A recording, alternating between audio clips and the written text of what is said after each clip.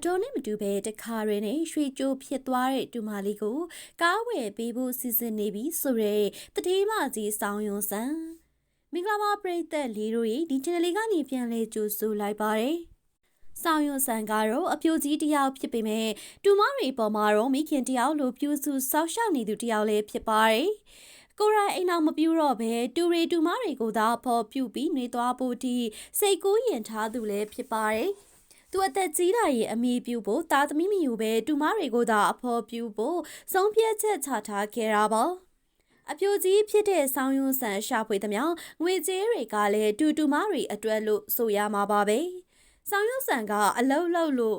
ရလာတဲ့ငွေတွေကိုမိဘတွေကိုပြန်ပေးလိမ့်မရှိပါဘူးသူရှာသမျှငွေတွေကိုအလူတန်းလောက်တဲ့နေရာမှာအသုံးပြုသလိုတူမတွေကျောင်းစိတ်လိုအပ်တာတွေဝယ်ပေးတဲ့နေရာမှာသာအသုံးပြုလိမ့်ရှိပါတယ်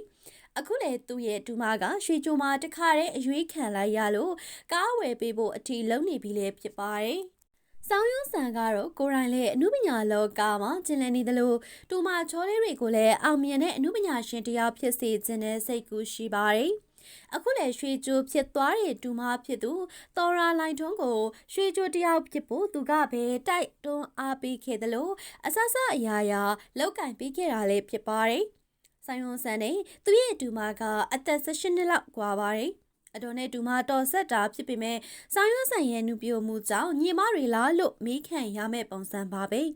ဆိုင်ယွန်ဆန်ကတူမလေးကိုငငယ်လေးတွေကလိုအပ်တာတွေလောက်ကင်ပေးပြီးစောင်းရှောက်ခဲ့တယ်လို့အခုလိုအရွယ်ရောက်တဲ့အချိန်မှလေအောင်မြင်တဲ့လမ်းကြောင်းပေါ်ရအောင်တွန်းတင်ပေးနေခဲ့တာလည်းဖြစ်ပါတယ်တော်လာလိုက်ထုံးကအတော်ဖြစ်သူရဲ့အမှုပညာသွေးအပြည့်ပါပုံပါပဲရုပ်ရည်ပိုင်းမှာလည်းပြောစရာမရှိအောင်ချောမောသလိုတရုတ်ဆောင်ပိုင်းမှာလည်းပြိသက်အကြိုက်တွေးစေမဲ့ပုံစံမျိုးပါပဲ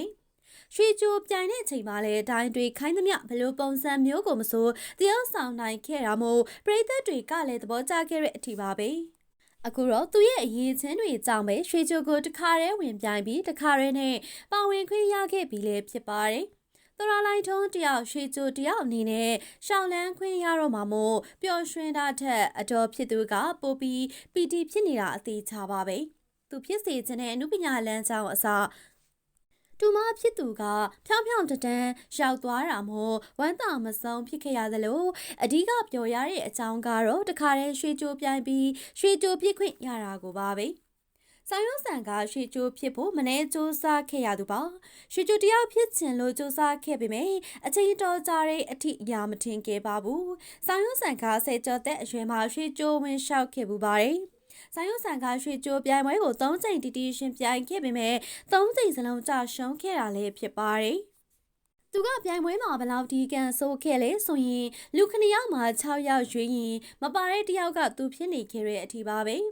ဆောင်ရွက်ဆန်ကတော့ရွှေကြိုတယောက်ဖြစ်ဖို့တေချာအားစိုက်ခဲ့ပေမဲ့ထင်သလိုဖြစ်မလာတာကြောင့်3ချိန်မြောက်မှဘယ်တော့မှမပြိုင်တော့ဘူးလို့ဆုံးဖြတ်လိုက်တာပါပဲကဲမကောင်းလို့ဖြစ်မလာခဲ့တဲ့ဆောင်ရွက်ဆန်ကတော့အမှုပညာရှင်တွေကရွှေကြိုလုပ်ဖို့ကန့်လန့်လာတဲ့အချိန်မှသာရွှေကြိုတယောက်ဖြစ်ခွင့်ရခဲ့တာလည်းဖြစ်ပါတယ်အမှုပညာရှင်ကြီးတွေကရွှေကြိုတွေကိုအမှုပညာအတိုင်းဝိုင်းကလူတွေကနေခေါ်ပြီးလောက်ခိုင်းခဲ့တာမို့ရွှေကြိုဖြစ်ခွင့်ရခဲ့တာလည်းဖြစ်ပါတယ်အဲ့လိုမျိုးရွှေကြိုတရားဖြစ်ခွင့်ရဖို့ခက်ခက်ခဲခဲ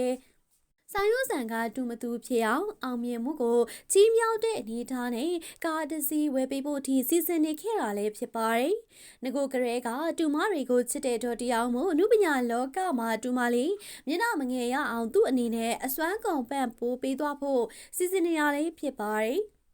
ဆိုင်ရုံးဆန်ကတော့ကိုရိုင်းကခက်ခက်ခဲနဲ့အမှုပညာလောကရဲဝင်ခဲရပြီမိတူမလေးကိုတော့အောင်မြင်တဲ့အမှုပညာရှင်တယောက်ဖြစ်အောင်အစွမ်းကုန်ပံ့ပိုးသွားတော့မှာပဲဖြစ်ပါတယ်ဟုတ်ကဲ့ပါရှင်ဒီနေ့တော့ဒီလောက်လေးနဲ့ရနာလိုက်ပြစေရှင်ခုလိုစိတ်ဝင်စားစရာကောင်းတဲ့အကြောင်းအရာတွေကိုနေ့စဉ်တင်ဆက်ပေးနေမှာဖြစ်လို့ကျမတို့ရဲ့ channel လေးကိုလည်းအားပေးကြပါအောင်နော်အဆုံးထိကြည့်ရှုအားပေးခဲ့ကြတဲ့ပရိသတ်တယောက်ချင်းစီတိုင်းကိုလည်းအထူးကျေးဇူးတင်ကြောင်းပြောကြားလိုက်ပါစေရှင်